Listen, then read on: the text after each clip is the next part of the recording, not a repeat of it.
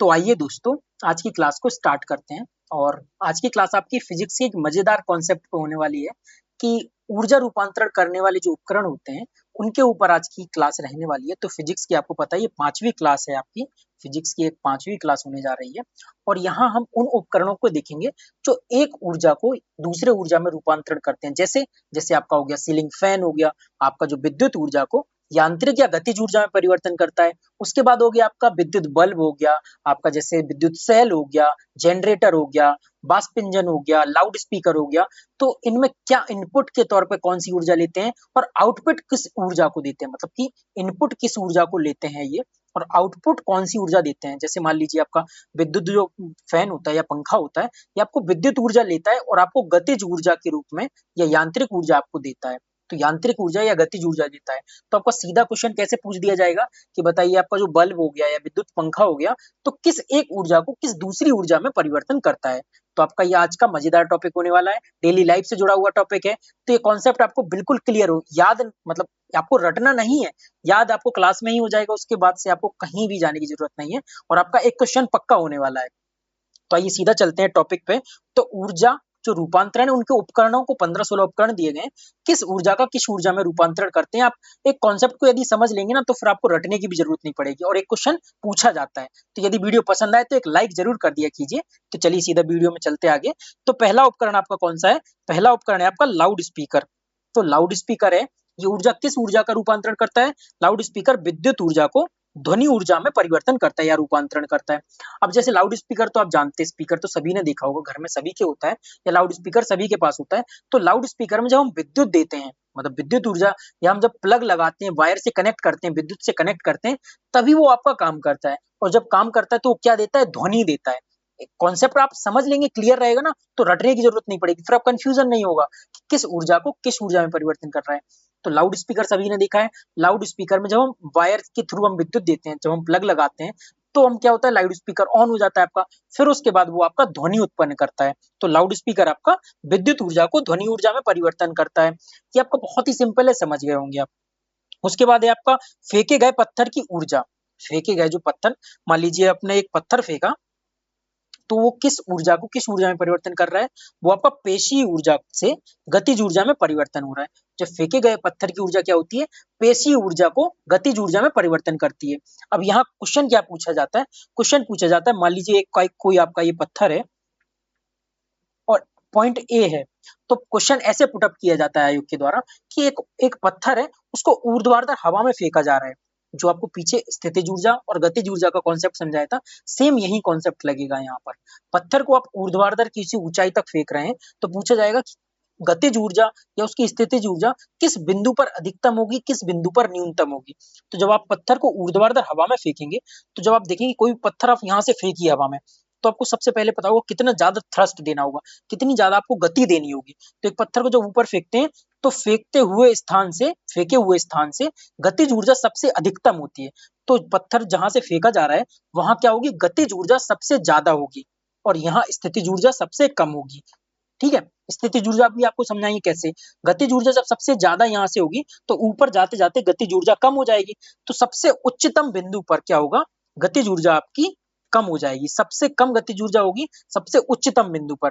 और आपको पीछे स्थितिज जब ऊर्जा समझाया था कि किसी भी बाण की प्रत्यंचा को खींचिए या किसी पत्थर की उसकी प्रत्यास्थ ऊंचाई तक ले जाइए, मतलब मैक्सिमम उसकी इलास्टिसिटी पॉइंट तक जब आप ले जाएंगे, तो वहां आपकी क्या होगी? स्थितिज ऊर्जा सबसे ज्यादा होगी।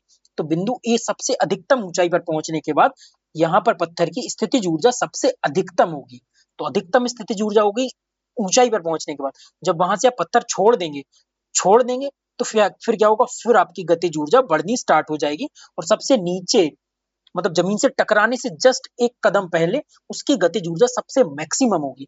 तो आपसे क्वेश्चन यही पूछा जाता है कि मान लीजिए कोई पत्थर ऊर्ध्वाधर ऊंचाई तक फेंका जा रहा है, तो गतिज ऊर्जा या ऊंचाई से छोड़ा जा रहा है, तो उसकी गतिज ऊर्जा सबसे अधिकतम कहाँ होगी?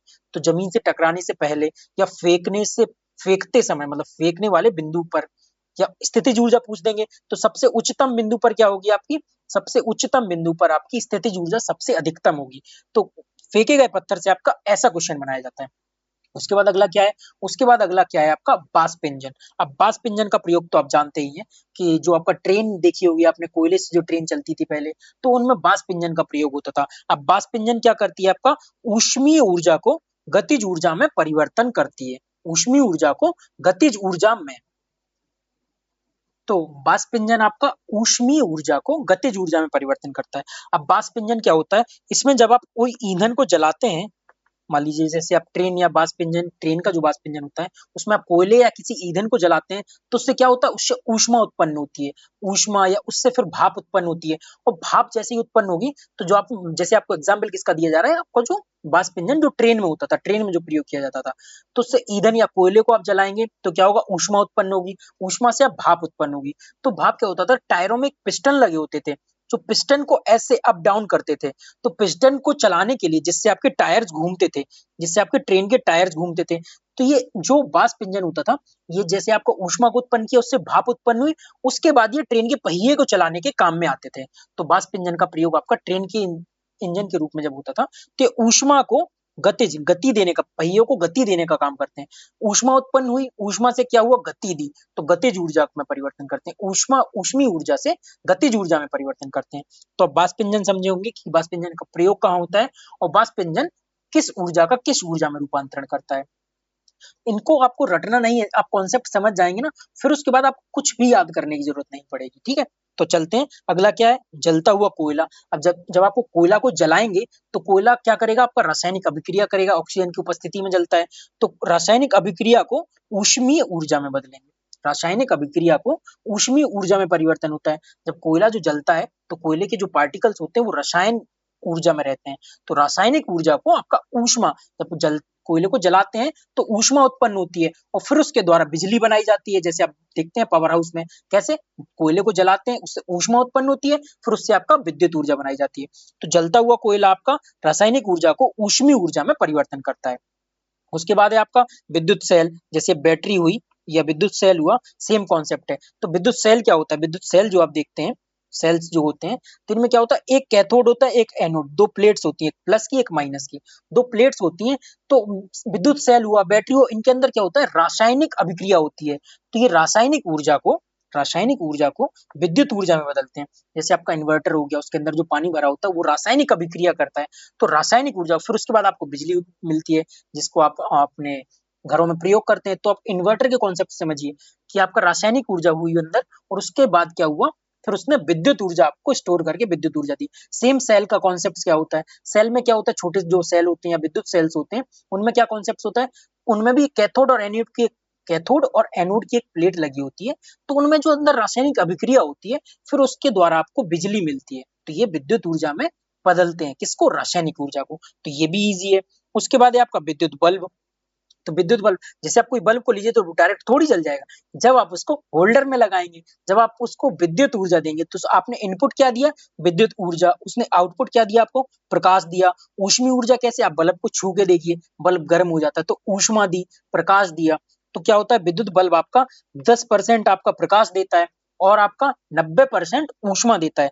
तभी देखिएंगे, देखा होगा आप लोगों ने कि जो पुराने टाइम में जो बल्ब होते थे, जिनमें आपका तंतु या फिलामेंट लगा होता था, तो क्या होता था कि विद्युत ऊर्जा जब आपने दी तो वो तंतु गर्म हुआ, गर्म होकर उसने 10% आपकी प्रकाश दिया, लाइट दी। उसके बाद ऊष्मा ज्यादा देता था। जब आप उसको जलाते थे रात में गर्मियों में, तो बहुत ज्यादा हीट उत्पन्न करता था। तो ये 90% हीट देता था। तभी गवर्नमेंट ने इसको रिप्लेस करके क्या लाया? मतलब आपका क्या लाया था? आपका एलईडी बल्ब लाए। जो एलईडी बल्ब होते हैं उनका कॉन्सेप्ट अलग होता है।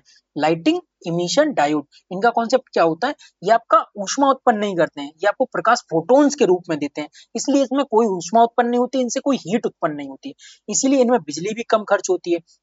इसीलिए इनको रिप्लेस भी किया गया। विद्युत बल्ब क्या होता था? ऊर्जा ज्यादा लेते थे, और इनका क्या होता था? प्रकाश भी कम देते थे, ऊष्मा ज्यादा देते थे, तो इससे ग्रीन हाउस इफेक्ट भी पड़ता था। तो ये बहुत नुकसानदेह था, इसीलिए इसको रिप्लेस करके एलईडी लाए। तो विद्युत बल्ब में क्या हुआ? इनपुट क्या दिया हमने? विद्युत ऊर्जा दी, जब हमने लाइट दी इसमें, उसके बाद उसने हमें प्रकाश दिया और ऊष्मीय ऊर्जा दी। सेम ऐसे एलईडी का कॉन्सेप्ट है। आप अब आप देखेंगे क्या है अगला? बिजली का पंखा। तो बिजली का पंखा तो सबके घरों में होता है, इजीली समझ भी जाएंगे। बिजली का पंखा क्या होता है? उसमें मोटर लगी होती है, हम इसमें इनपुट के रूप में क्या देते हैं? जब हम विद्युत ऊर्जा देते हैं, जब हम उसको लाइट से कनेक्ट करते हैं, विद्युत ऊर्जा को ये यांत्रिक या गतिज ऊर्जा में कैसे परिवर्तन करता है? अब हमने मोटर को चालू किया, उसकी जैसे पंखा को स्टार्ट किया, विद्युत ऊर्जा का के रूप में इनपुट दिया हमने, इनपुट क्या दिया?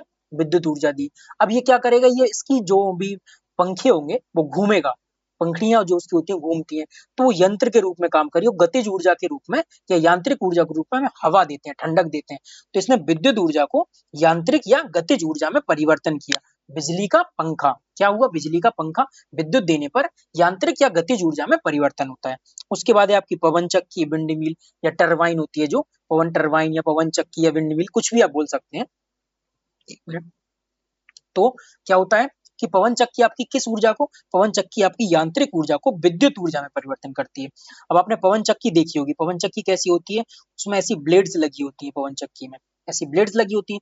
जब देखिए हवा गतिमान है, पवन चक्की जब गतिमान हवा पवन चक्की की पंखुड़ियों से टकराती है तो ये पंखुड़ियां घूमती हैं। इनमें यहाँ एक मोटर लगी होती है, तो ये क्या करती है? मोटर जब घूमती है, जैसे आपने डायनामो देखा होगा, टरबाइन देखा होगा। टरबाइन क्या होता है? डैम्स के जो पास लगे होते हैं, उसमें पानी गिरता है तो उसकी पंखुड़ियां घूमती हैं, उससे विद्युत ऊर्जा उत्पन्न होती है। तो बहुत ही ईजी कॉन्सेप्ट है, यांत्रिक ऊर्जा को विद्युत ऊर्जा में बदल रहे हैं। सेम ऐसे टरबाइन का कॉन्सेप्ट है, जब उस पर पंखुड़ियों पर पानी गिरता है तो वो घूमती है, तो यांत्रिक ऊर्जा को उसने विद्युत ऊर्जा में परिवर्तन किया।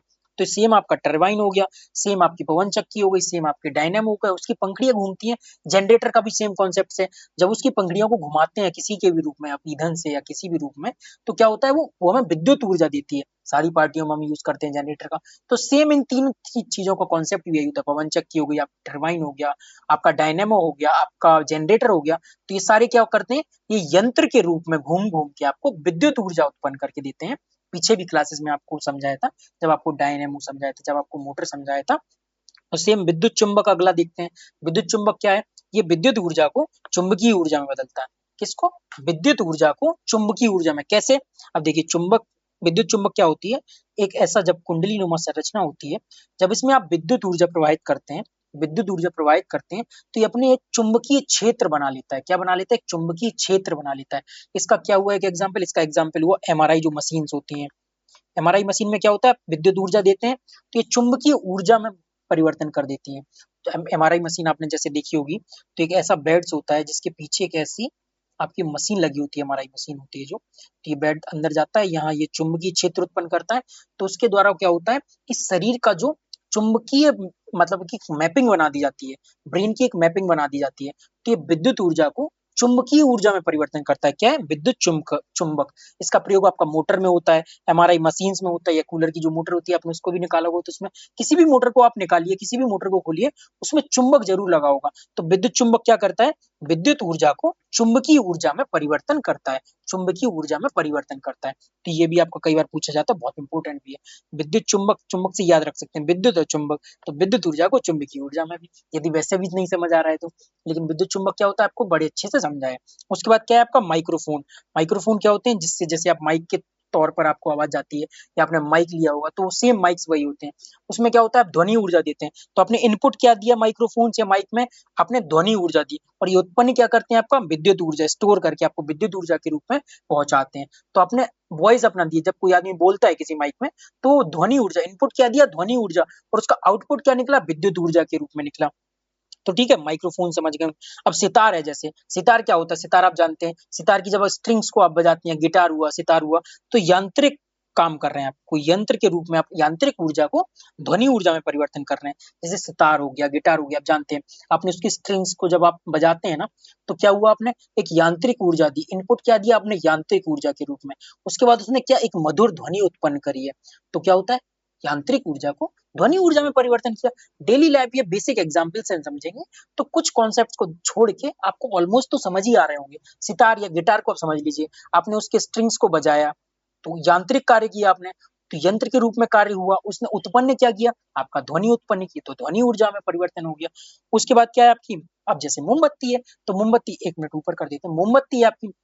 अब मोमबत्ती में क्या है आपका? मोमबत्ती में देखिए आपकी जब मोमबत्ती मतलब जो मोम होती है, मोम आपकी ऑक्सीजन की उपस्थिति में उसने रासायनिक अभिक्रिया की। ऑक्सीजन की उपस्थिति में मोम ने क्या की? रासायनिक अभिक्रिया की, रासायनिक अभिक्रिया हुई।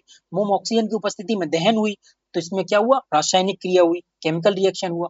रासायनिक ऊर्जा को उसने प्रकाश में बदला। आप देखते हैं जब लौ होती है तो वो प्रकाश देती है, ऊष्मा देती है, मोमबत्ती गर्म हो जाती है, आसपास की एयर गर्म हो जाती है। तो मोमबत्ती ने किसको, रासायनिक ऊर्जा को आपका प्रकाश एवं ऊष्मीय ऊर्जा में परिवर्तन किया।